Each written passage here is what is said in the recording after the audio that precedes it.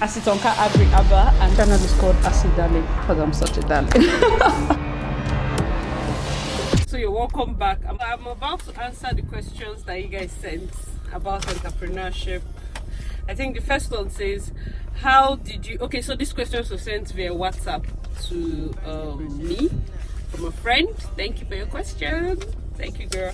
So how did you know when your business was large enough to employ others and delegate? So Happy is here. He's here laughing. I'm just here to learn. I'm just here to learn.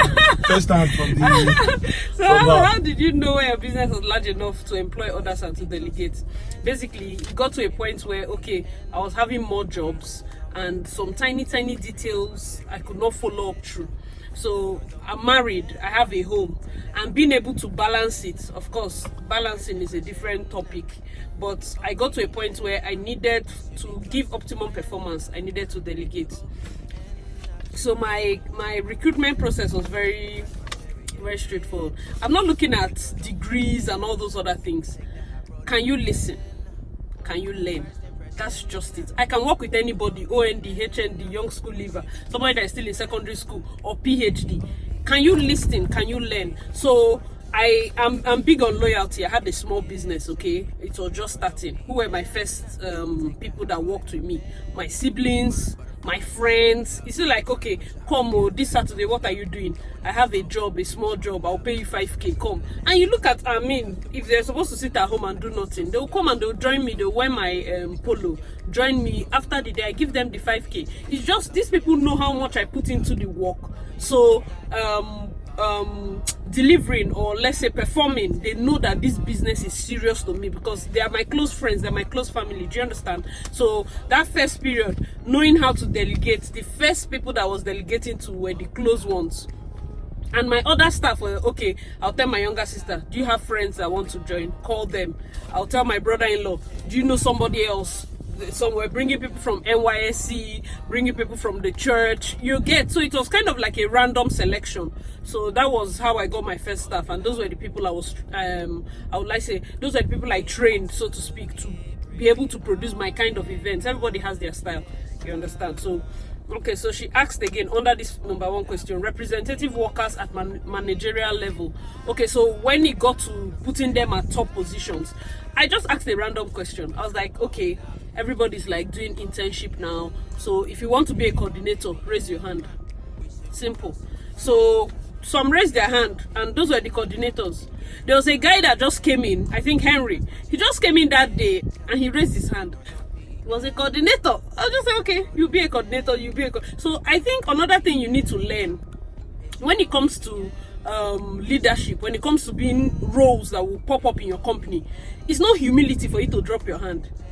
I asked a random question, and obviously I wanted to train them beyond that day. But would you, after that first training, that's when I felt ill. So the training was over the phone or just follow up, but no other person had a chance to raise hand and say, I want to be a coordinator. Do you understand? So there were people that came before these other guys that had to work under them.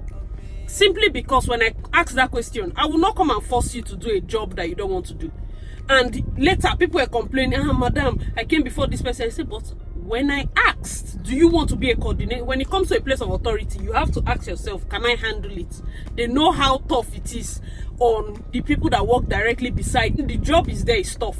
So anybody that has worked with me, of course, in the person's CV, the person can write, I can work under pressure, because event business is pressure. Money, till that wedding is over, nobody's resting. So when it got to putting people in managerial position, I just asked the question and I picked it up from there. For me, I use my mind. Like, I won't give you that think about billion you have billions kind of Instagram sermon. It's not, this is real life. I just asked the question, and people, you know how you want to train your staff.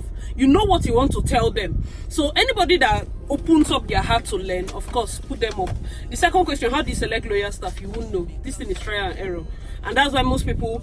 So my friends say, okay, you're teaching too much, you're sharing too much. What if these people go on and start their businesses or go? I mean, it's trial and error. Will I decide not to teach them simply because I'm afraid they'll start their own business? You never know. You never know. Sometimes the one that you think is loyal is the one that is not loyal. Sometimes the one that you think is not loyal is the one that is with you till now. In fact, you and that person, you have been fighting from the first day. Leave me now and resign. No, you are still here. You're still... So I have a lot of friends that have experienced that. They will battle with some of their employees because you're waiting for them to sack themselves. And they don't even want to sack themselves. So they are there with you. You get, so for loyalty, you never know. You never know. I think it's a place of you, your own self. Or it depends on your type of business. If you're a makeup artist, no, don't the person that asks this question is not a makeup artist. But I have a friend that is a makeup artist, and she makes the people, like, if you're going to work with her to that point, like top person, you sign a contract. Okay, so maybe in the next 2 years or in the next 2 years you work with me. Afterwards, you have to give me like heads up, maybe 6 months or 3 months heads up. You don't just wake up and leave. Maybe there's a severance package you're supposed to pay them. If you're supposed to pay them 70,000, or you're supposed to pay them 70,000, let's use 70,000 per month, and you decide, okay, I'll be paying you people 60, I'll be taking 10 and keeping in a certain account.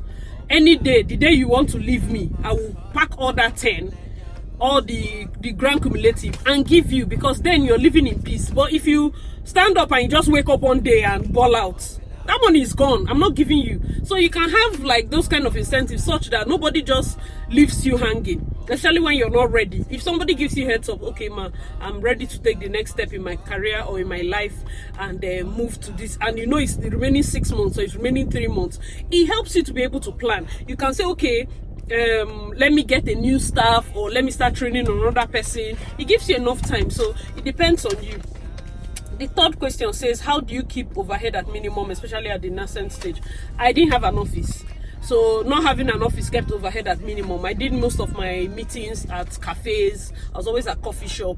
I did most of my meetings there, coffee shop or Yogo Berry. I think those were my top places. And everything is in my car. So my car was my office. I had all my books, I had all my materials inside my car. And I believe that unless your business can fund your expenses, there's no point having an office. Unless your business can pay that secretary you're going to keep there comfortably and you still have profits, there's no point having an office. So we are still looking around. Don't worry, we're looking around because the shower is still supposed to happen. I just snuck out.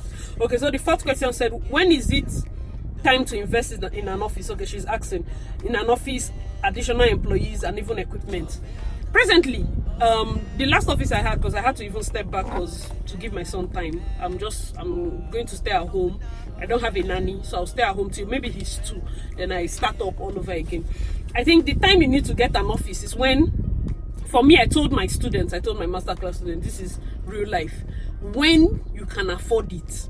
One, when that office can maybe fund like 3 offices. This is, having side income now is necessity. So let's say you're selling hair. Hair is the major business, eh? Hair can pay for shop rent. What of lashes? What of hair equipment and the tools? Something has to pay for this extra stuff. Something has to pay for generator. Something has to pay for Obiakpo or whatever you could have in Lagos, or you know, those city council boys. Different businesses have to take care of that, because the moment you're going on a negative, like anything you're doing, you're losing. That's not business again, no. You can stay flat without profit, no problem, but don't go under. The moment you're going under, shut it. You know, the thing with Nigerians, we have not gotten to the point where we can leave a business. I saw there's one brand I really like. I think it's a ring brand. And I went to their page one day and they actually did an announcement that they're shutting down. That was what changed my mindset. She wrote that we're shutting this down. They had a fantastic run. Beautiful business, making major profit. I'm shutting it down to go to other things, explore other opportunities. And that got me thinking. Some of us are holding on to businesses that are no longer making sense because of sentiment. No, you should know when to pack up and leave. It's not making money. So when you need to get employees and get staff is when it is making enough money to cover overhead and you still have profit. Even if that profit is not too much, you're not planning to become president or become Dangote, but the profit has to be reasonable enough. At least you're paying your staff, you're paying shop rent, you're paying data, call, what they call, electricity bill. All those things are inside. So when you do your costing and whatever your expense is for a year, you have enough money, enough turnover to pay for that, to have enough change to reinvest into the business. You're not going to use all the money to do expense. You have to have enough money to reinvest into the business. Okay, so the fifth one is, when can you confirm that an idea or a small business is time to scale up, and avoid shooting yourself in the foot when you're starting too early? Okay, so to scale up a small business is the same thing. Business is money. The moment your accountant is getting happy, the moment you're seeing that, okay, what other areas can I explore? Let's say I'm selling a shoe and I see that it's bringing a lot of money, and I decide to just roughly add sandals, and sandals is also doing well. I can now decide, okay, I need to scale up. Can I add belts? How far back? Do you get? So you're not trying to go from I'm selling shoes, small scale, to opening something as big as, how will I say, IKEA just for shoes. You're not going that far. But another thing is, don't fear failure. What's the worst that you failed, that the shoe did not sell, or the sandal did not sell? Okay, one day you wake up and do bonanza and maybe do 50% off or 20%. Just make sure whatever bonanza you're having, you're getting your capital and whatever transport at least first.